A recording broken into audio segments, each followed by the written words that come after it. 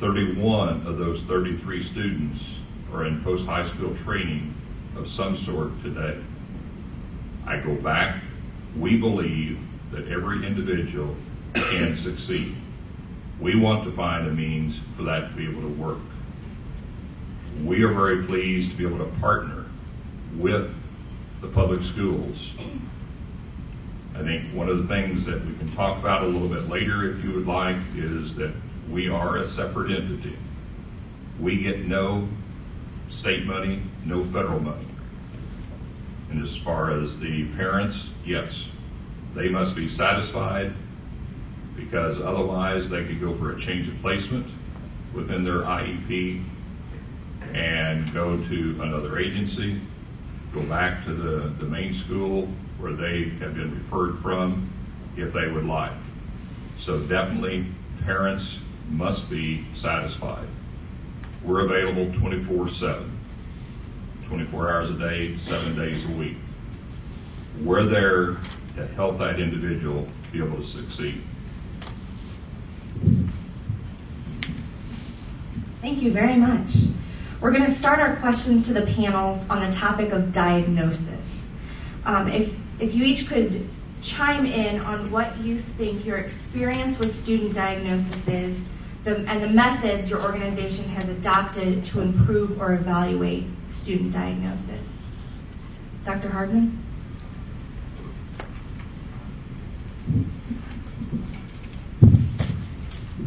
On the diagnosis side, my specialty is dyslexia, ADD, ADHD. So that's where I have the expertise in terms of that, or for public school we call it SLD. I've worked with the field since 1969.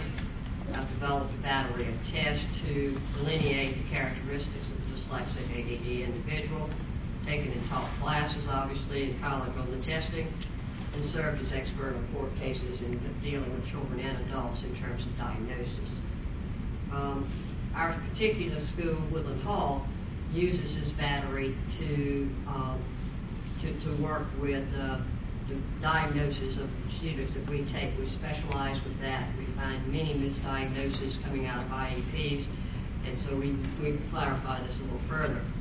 Don't want to get ahead on some of the other questions you've got, but basically what we find is that there's a tremendous difference in terms of the diagnosis or the discrepancy formula that is being used in the public school, particularly for LD students, and a differential diagnosis which actually diagnoses the characteristics and what to do about it, more of a medical science model. And the discrepancy formula leaves too many children behind or misdiagnoses, and I'll go into that a little bit further as we go along. But basically, the present system is broken. Has been since 94 when 42 was passed. The formula, discrepancy formula, is a funding formula. Based on funding formulas, not based on actual disability levels. The discrepancy model that she's referring to is how students are diagnosed with a specific learning disability. Each state has a different number, a different gap that it has to be. In Missouri, it's a 22-point discrepancy, a gap between their IQ score and their academic achievement score. So that's 1.5 standard deviations. And we're looking to see that based on their IQ, they should be performing at this level. And because they're not, it's considered an unexpected weakness. Therefore, they're diagnosed with a learning disability. There's a new model called response to intervention that you're probably going to be hearing about a lot. There are about 6 different districts in the St. Louis area that are now using this model to be able to diagnose students with disabilities. So I just want to throw that out there as a buzzword that's going to be heard a lot. And again, that's response to intervention. Dr. Thomas, could you talk a bit about your experience with diagnosis? At Logos, as far as a organization, we do not diagnose. They're going to be coming to us one of 2 methods. I've indicated the POS. What I failed to mention is that 30 to 35% of our students are private tuition, individuals that where the parent is choosing to pay the tuition themselves. But on the other 65 to 70%, for example, with St. Louis City Schools, with a special school district, they're already going to have the diagnosis. It's going to be spelled out in the IEP. The only thing that we would be doing upon occasion, we're going to be indicating to the school district or to the parents that perhaps they need to do a re-eval. They need to perhaps do a psychiatric re-eval. One of the things that we just are observing more and more is that individuals that maybe are diagnosed with ADHD, in reality it's a form of Asperger's or a form of autism. It's really Asperger's. It may be more specifically what the issue is. But again, as far as diagnosis, as far as meds, we do not get involved in prescribing. We see them 6.5 hours a day, 5 days a week. We are in close communication with the pediatrician, with the psychologist, with the psychiatrist, whatever the situation might mean. The other thing is that we're going to be in constant communication with the parent. And I think that's one of the success items that we see is that all teachers are going to be communicating, the therapist is going to be communicating. We find that is one of the kind of the pillars of success is that open communications.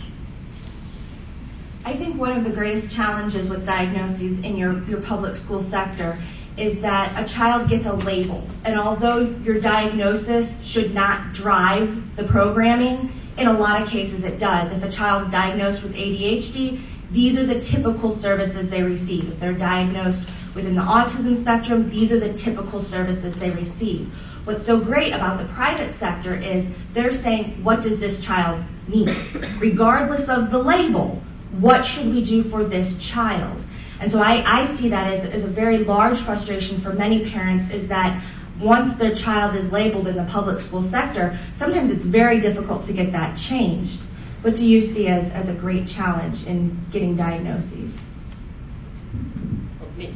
Either one. Okay. I think again that getting away from that discrepancy formula. I'll give you an example of what we ran into the first year of McKay.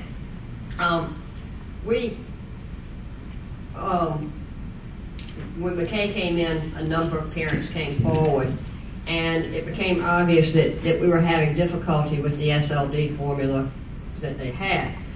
We tested a number of children, and one group we actually stopped testing until we could actually start identifying what they had on their IEP as to whether or not it was misdiagnosed because there's a cost of testing.